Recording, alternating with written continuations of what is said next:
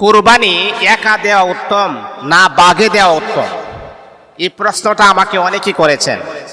এখন আমি আপনাকে সাজেস্ট করব, যদি আপনার সাধ্য থাকে তাহলে আপনি আপনার হালাল টাকা দিয়ে, আপনার ইনকামের উপার্জনের হালাল টাকা দিয়ে আপনি যদি পারেন, সবচাইতে উত্তম হবে, সবচাইতে ভালো হবে আপনি একা কুরবানি দেন।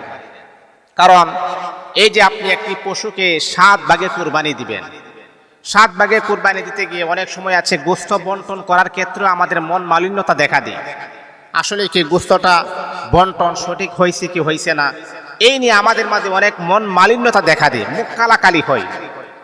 গত বছর আমি একটা সোশ্যাল মিডিয়াতে একটা নিউজটা এমন পেয়েছি যে গোস্ত বন্টন নিয়ে ঝগড়া করে একজনের মাথা ফাটিয়ে ফেলেছে। তাহলে কেন হয় এই দৃশ্যটা, কেন আমাদের চোখের সামনে কেন আসে? আমরা কুরবানি দিব একমাত্র শুধুমাত্র কেবলমাত্র আল্লাহ পাক রব্বুল আলামিনকে সন্তুষ্টর জন্য। এটার জন্য কেন আমি আরেকজনের উপর অ্যাটাক করবো, আরেকজনকে আমি কল্লা ফালাইয়ে দিব, মারবো? এটা তো ইসলাম আমাদেরকে এইরকম প্রসেস, এইরকম নিজাম নিতে আমাদেরকে শিক্ষা দেয়নি। আমি আপনাকে সাজেস্ট করব, যারা আমার আলোচনা শুনেন বা যারা আমার বক্তবৃন্দ আছেন, আমি আপনাদেরকে সাজেস্ট করব, যদি আপনি পারেন তাহলে সবচাইতে বেটার হবে আপনি একা কুরবানি দেন। 7 ভাগে যদি আপনার যদি এবিলিটি না থাকে, মনে করেন একটা গরু কিনতে গেলে 70, 80, 1 লক্ষ টাকা খরচ হয়ে যায়। এখন আপনি গরু তো আর একা পারা সম্ভব না, তাহলে আপনি একটি ছাগল নিয়ে আসেন। একটা ছাগলকে আপনি 15,000, 18,000, 17,000 টাকা দিয়ে একটা ছাগলই আপনি কুরবানি দেন। তাহলে আপনার নিয়তটা খালেসিয়ত থাকবে, ফিউর থাকবে, এটার গোশত আপনি খেতে পারবেন, কোনো সমস্যা হবে না। হ্যাঁ, যদি আপনি 7 ভাগে কুরবানি দেন এটাও জায়েজ, এটা নাজায়েজ নয়।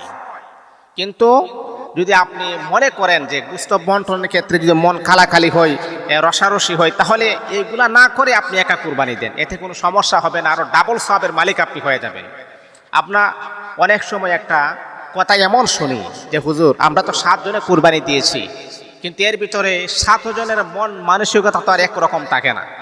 একটা বাবার 5 জন ছেলে, প্রত্যেকটা ছেলের মন মানসিকতা একরকম থাকে না। আর 7 জন একসাথে একটা পশু আমরা কুরবানি দিব, তাদের মন, তাদের নীতি, তাদের নিজাম তো একরকম থাকবে না, তাহলে কুরবানি কি হবে? দেখুন, যদি 7 জন ব্যক্তি আমরা কুরবানি দিই, তার মনের ভিতরে যদি থাকে যে আমি গোশত খাওয়ার জন্য কুরবানি দিব, এটা তার জন্য সে গুনাহগার হবে, তার কুরবানি বাতিল হবে। মনে রাখতে হবে, ইসলাম আমাদেরকে এটা শিক্ষা দেয় না একজনের গুনাহ আরেকজনের উপরে ছাপিয়ে দেওয়া, এই বোঝা ইসলাম আমাদেরকে শিক্ষা দেয় না। 7 জন কুরবানি দিতে গিয়ে যদি একজনের নিয়ত কোনো সমস্যা হয়, তাহলে 7 জনের কুরবানি বাতিল হবে না, এটা বিষয়টা কিন্তু এমন নয়। যেই ব্যক্তির নিয়ত গাফেল রয়েছে, উদাসীন রয়েছে, ওই ব্যক্তি তার কুরবানি হবে না, বাকি যারা আছে তাদের কুরবানি হয়ে যাবে। কিন্তু এখানে মাসালাটা হচ্ছে এমন, যদি আপনি জানেন ওই লোকটা নামাজ পড়ে না, আপনি জানেন ওই লোকটা সুদের সাথে তার সম্পর্ক, ওই লোকটা নামাজ পড়ে না, ইসলামের তরিকা মোতাবেক তার জীবন যাপন চলে না, ওই লোকটার টাকাটা সন্দেহজনক আছে, এটা কি হালাল নাকি হারাম, এমনটা জানার পরেও যদি আপনি তাকেও আপনি শরীক রাখেন, তাহলে আপনাদের কুরবানি হবে না। কথাগুলা কি কোনো সন্দেহ আছে?